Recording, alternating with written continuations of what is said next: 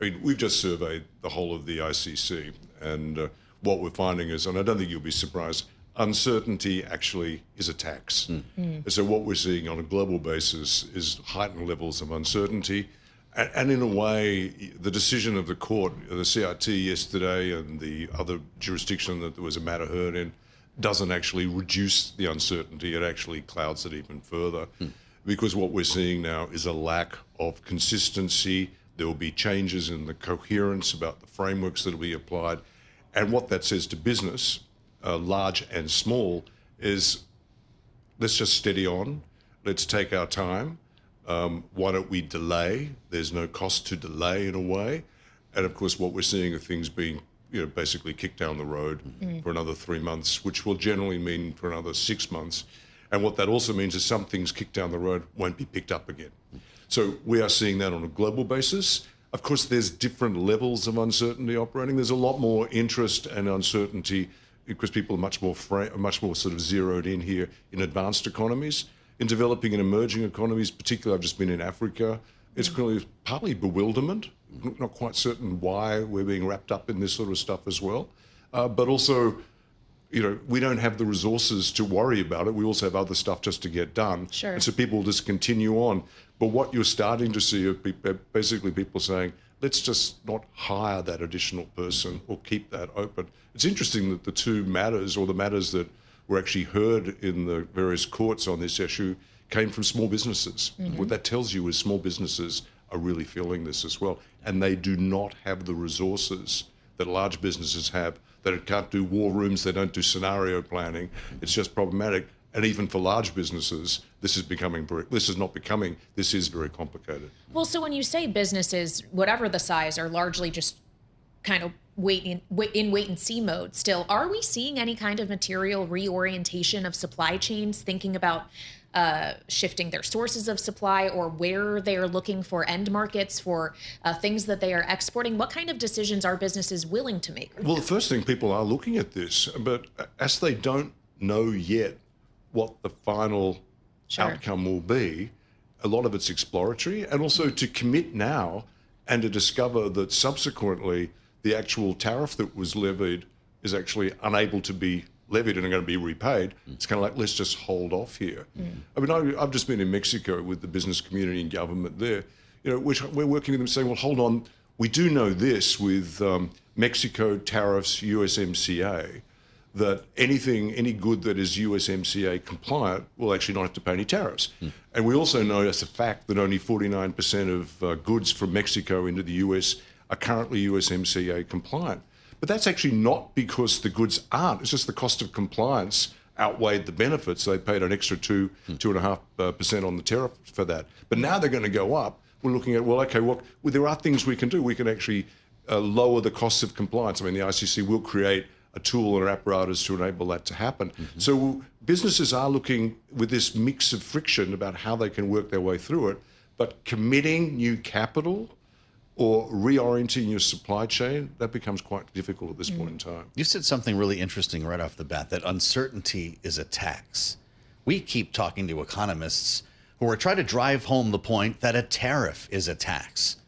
So is this approach effectively a double tax on your members? Well, I mean, the double tax regime, we should all try to avoid that. Yeah. But effectively, uncertainty is a tax because the cost of things goes up as you delay. And of course, a tariff is a tax. I don't think there's any disputing about that.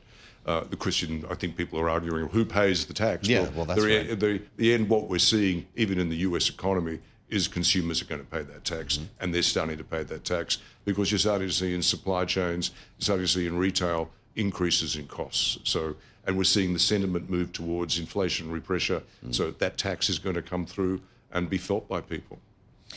Well, so when we consider the idea that President Trump says, whatever, if you want to call it a tax or what have you, it's going to bring more revenue to the U.S. But the other goal of this entire thing is to bring more business to the U.S., to have companies investing in manufacturing capacity here, making things in America rather than elsewhere. And I wonder what you're hearing from businesses in the international community about their desire to come to the United States, given this uncertainty that we're talking about.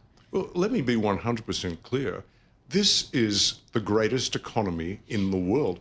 Of course, if you're a business person, you want to have a piece of this, and you want to have more of it if you possibly can, and you want to invest in it. I mean, I'm an Australian. Australians invest heavily in the US. Yeah. But what we want to know are what are the rules around which we can actually make these allocations of significant amounts of capital.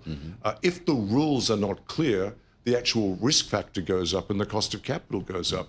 We applaud 100% any government seeking to improve the conditions that will enable investment to actually occur. I mean, I want more in Australia. I actually want more in Africa. We applaud that. But the way you attract capital and businesses is by having clarity around what the rules are and also how you enforce the contracts that you're entered into. Yeah. That's what we want. And that I'm sure is part of President Trump's vision. Well, this is interesting, and I can't imagine what it's like to be in 2025, in the age of the second Trump administration, the Secretary General of the International Chamber of Commerce, with the comments we hear about globalism coming from not just the White House, but the MAGA community, the populist community that elected him. Do you feel like you're on an island as the face of globalism? No, I mean, the world is so interconnected. It's just, you may, the way you describe it may change a little bit. Is he on an island in a world of globalism? Well, there's one thing that's for sure. The US is one of the most connected economies in the world. So the president does not sit on an island. He sits on one of the most connected economies in the world. And that's actually one of the great strengths of the US economy. In any issue about balance of power, the most connected economy will be the most powerful economy. So we hope that will continue. But the reality is planes still need to fly across borders. That's part of globalization. Mail gets delivered. You require multilateral agreements. That all happens. Let's not forget that the plumbing is still there. What we might call it might be different. But also there is actually a fair point the president makes, which I think we actually share as well. We need to make certain there are more winners out of the process of opening borders and enabling trade to take place across borders. But what we also know is that this has been one of the great enablers of economic development in the last 100 years.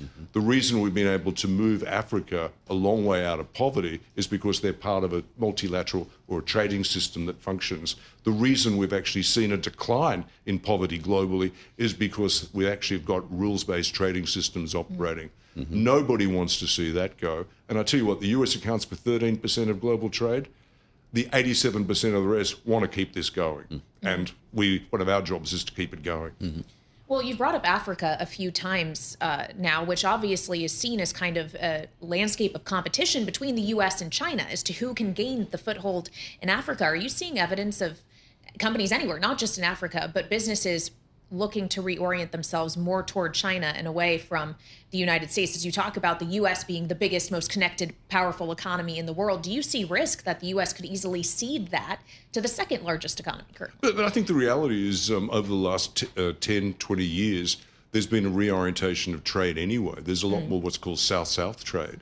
And of course, what we see now as the major trading partner for a lot of even Latin American countries is actually China, if it's not one or two. But what's really interesting is if you want functioning economies, you want a market-based system which is governed by a political system which is effective.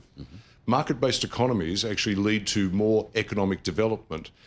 One of the greatest calling cards for democracy is actually effective market-based systems. And of course, the greatest alignment on democracy is with countries like the US, Australia, European Union. They're not with state-led economic models. So the more we can encourage economic development, and frankly, the point I've been making in Africa, and I've been honoured to meet with President Ruto, I've also been in South Africa because I'm part of the G20, B20 process, is that the development assistance economic model is really diminished now. It's got to be replaced by something, and that's got to be the private sector-led model. And frankly, I think we're at one with the US administration on that as well.